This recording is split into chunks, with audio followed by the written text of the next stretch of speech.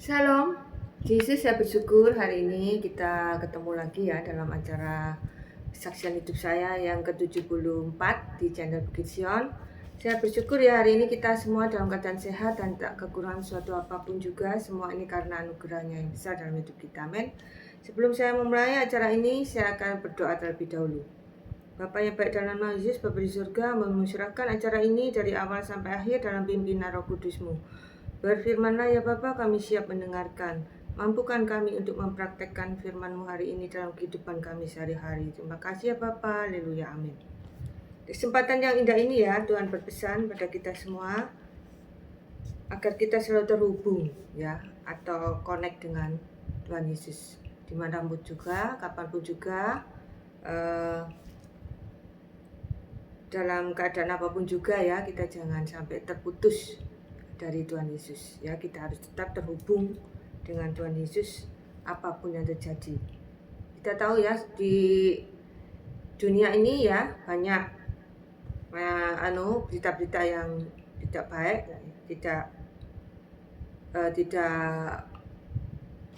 tidak menguntungkan ya.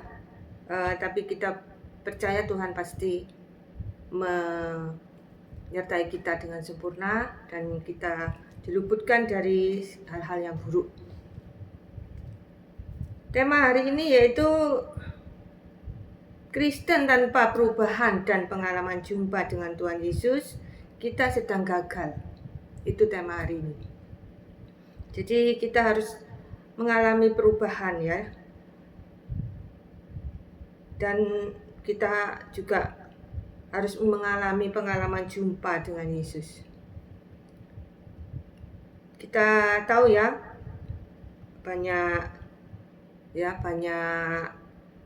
anak-anak Tuhan yang sudah ikut Tuhan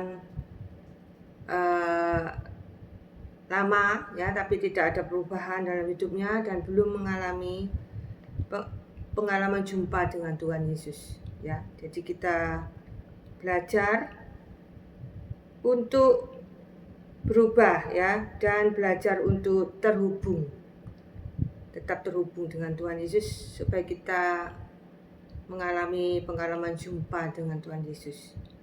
Bagaimana kita bisa mengalami pengalaman jumpa dengan Tuhan Yesus dan berubah kalau kita tidak terhubung dengan Tuhan Yesus ya. Jadi kita belajar untuk tetap terhubung dengan Tuhan Yesus. Dalam kehidupan sehari-hari ya, kita sering ya dihadapkan dengan berbagai macam persoalan, pergumulan yang kadang itu bisa membuat kita goyah ya. Kadang itu sekelas pendeta pun juga bisa goyah ya, apalagi kita ya. Tapi kita percaya Tuhan pasti menolong kita ya, asal kita tetap terhubung tadi loh ya dengan Tuhan.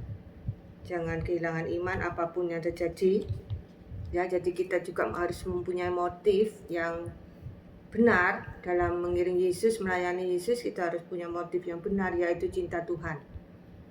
Bukan ada motif-motif untuk kepentingan diri kita sendiri. Kalau motifnya salah, itu kita sedang gagal ya. Apapun itu ya, baik itu aturan atau hukum atau apapun juga ya, itu harus motifnya itu harus cinta Tuhan. Hukum, aturan itu bagus ya, tapi kalau motifnya itu melenceng dari kebenaran, itu tidak berhikmat ya, kurang berhikmat. Jadi kita harus membuat aturan atau hukum yang sesuai dengan kebenaran firman Tuhan. Dan motifnya harus benar, yaitu cinta Tuhan. Itu pesan Tuhan hari ini. Dan kita harus ingat ya bahwa permulaan hubungan Allah dengan manusia yang pertama, yaitu Adam, sebelum Adam jatuh dalam dosa, yaitu cuma satu ya, hubungan antara Allah dan Adam cuma satu, yaitu hubungan kasih, tidak ada yang lain. Dan kita belajar ya untuk terhubung dengan Tuhan senantiasa, itu maksudnya tuh kita punya hubungan kasih dengan Tuhan dan dengan sesama. Seperti hukum kasih itu ya, itu kasihlah Tuhan Allahmu dengan segenap hatimu, segenap jiwamu, segenap akal budimu, juga kasihilah sesama manusia seperti mengasihi dirimu sendiri. Ya itulah ya, awal hubungan Allah dengan Adam sebelum ada dosa, yaitu hubungan kasih. Kita belajar mengasihi Allah dan sesama. Itu perintah Tuhan yang harus kita ingat, yang penting ya, yaitu hubungan kasih dengan Tuhan dan dengan sesama. Ya, kita sudah lama ya jadi pengikut Kristus, tapi kalau tidak ada perubahan dalam hidup kita, itu kita sedang gagal. Ya, kalau tidak ada pengalaman jumpa dengan Yesus, meskipun kita sudah jadi orang Kristen lama, itu kita sedang gagal. Jadi mari kita belajar ya untuk mengalami perubahan, tetap terhubung dengan Tuhan Yesus supaya kita mengalami pengalaman jumpa dengan Tuhan Yesus. Ya, dan perubahan itu bertahap. Ya, ada peran serta dari Roh Kudus. Tanpa peran serta dari Roh Kudus dalam proses perubahan dalam hidup kita, itu kita sulit untuk berubah ya. Karena ada Roh Kudus di dalam diri kita dimampukan untuk mengalami perubahan meskipun butuh waktu, butuh proses dan bertahap. Kita pasti ya bisa berubah menyerupai karakter Tuhan Yesus. Jadi itu ada peran penting dari Roh Kudus, karena Roh Kudus itu memimpin kita, menuntun kita ke dalam segala kebenaran dan menginsyafkan akan dosa-dosa kita. Kita pasti bisa berubah ya, meskipun butuh waktu dan proses yang tidak lama, yang tidak singkat ya, agak lama, tapi kita pasti bisa berubah. Meskipun juga prosesnya kadang berat, kita pasti dimampukan, diberi kekuatan oleh Tuhan untuk mengalami proses perubahan tersebut. Ya, jadi itulah pesan Tuhan hari ini. Kita belajar ya tentang worship. Dalam worship itu terjadi pertukaran dan terjadi keserupaan. Pertukaran apa? Yaitu pertukaran saat kita worship, kita akan menyerahkan hati kita pada Tuhan. Persembahan yang hidup tadi ya. Selain perbuatan kita ya, kita belajar hidup kudus, hidup benar, kita menyerahkan hati kita pada Tuhan saat kita worship ya. Tuhan juga menyerahkan hatinya pada kita saat kita worship. Jadi kita mengalami intervensi dari Tuhan Yesus saat kita worship. Dan kita belajar ya bahwa saat kita menaikkan puji-pujian dengan sungguh-sungguh ya, kata-kata dalam lagu tersebut itu seperti berbicara pada kita, menguatkan iman kita ya. Dan yang berikutnya yaitu terjadi keserupaan saat kita worship. Kita menjadi serupa dengan Tuhan Yesus. Kita menjadi serupa dengan yang kita sembah, yaitu Tuhan Yesus. Jadi kita semakin sering menaikkan puji-pujian dengan sungguh-sungguh, kita semakin serupa dengan Tuhan Yesus. Jadi mari kita sering-sering ya menaikkan lagu pujian dengan sungguh-sungguh, dan kita belajar untuk berjalan dalam prinsip-prinsip yang benar sesuai firman Tuhan. Dan kita harus belajar ya untuk membaca firman Tuhan dengan hati. Tidak hanya dengan akal, pikiran, tapi kita harus membaca firman Tuhan dengan hati supaya kita percaya. Kalau kita membaca dengan akal, kita kadang masih ragu-ragu, tidak mengerti, ya, masih suam-suam kuku. Kalau kita membaca firman Tuhan memakai hati, kita percaya sungguh-sungguh. Amin. Kita baca ya di 2 Korintus 13 ayat 13. Saya bacakan ya.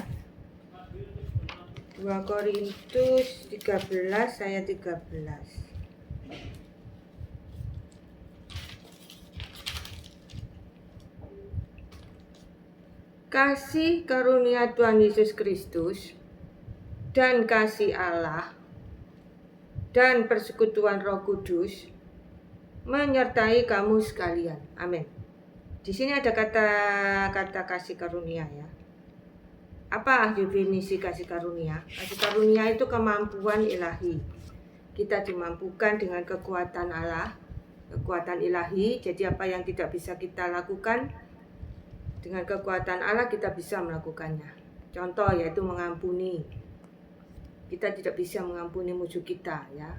Tapi karena ada kasih karunia Allah kita bisa mengampuni musuh kita. Atau bukan musuh ya, orang yang menyakiti hati kita teramat sangat pun itu kita kadang sulit untuk mengampuninya. Rasanya mustahil gitu ya. Tapi karena kasih karunia Allah ada dalam diri kita, kita bisa mengampuni orang tersebut, musuh kita. Tapi saya tidak punya musuh, hanya orang yang menyakiti saya teramat sangat. Dan saya itu tidak sanggup waktu itu. Tapi karena ada kasih karunia Tuhan, setelah Tuhan menegur saya dengan keras dan saya bertobat, saya hidup dalam kasih karunia-Nya, saya bisa mengampuni orang tersebut ya. Dan memberkati musuh atau memberkati orang yang menyakiti kita itu juga tidak mungkin. Saya nggak sanggup. Tapi karena saya ditegur Tuhan lagi tadi ya, dan saya bertobat, saya kembali, maksudnya saya bertobat, saya bisa memberkati, mendoakan musuh saya atau orang yang menyakiti hati saya teramat sangat, saya bisa. Ya itulah contoh kasih karunia atau kemampuan ilahi. Jadi apa yang tidak bisa kita lakukan, kita bisa melakukannya dengan kasih karunia dari Tuhan Yesus. Amin. Yang kedua yaitu 2 Korintus 3 ayat 14 sampai 15. Saya bacakan ya. 2 Korintus 3 ayat 14 sampai 15. Tetapi pikiran mereka telah menjadi tumpul, sebab sampai pada hari ini selubung itu masih tetap menyelubungi mereka jika mereka membaca perjanjian lama itu tanpa disingkapkan, karena hanya Kristus saja yang dapat menyingkapkannya. Ayat 15. Bahkan sampai pada hari ini, setiap kali mereka membaca kitab Musa, ada selubung yang menutupi hati mereka. Yang selanjutnya yaitu 2 Korintus 3 ayat 17 sampai 18. Saya bacakan ya. Sebab Tuhan adalah roh, dan di mana ada roh Allah, di situ ada kemerdekaan.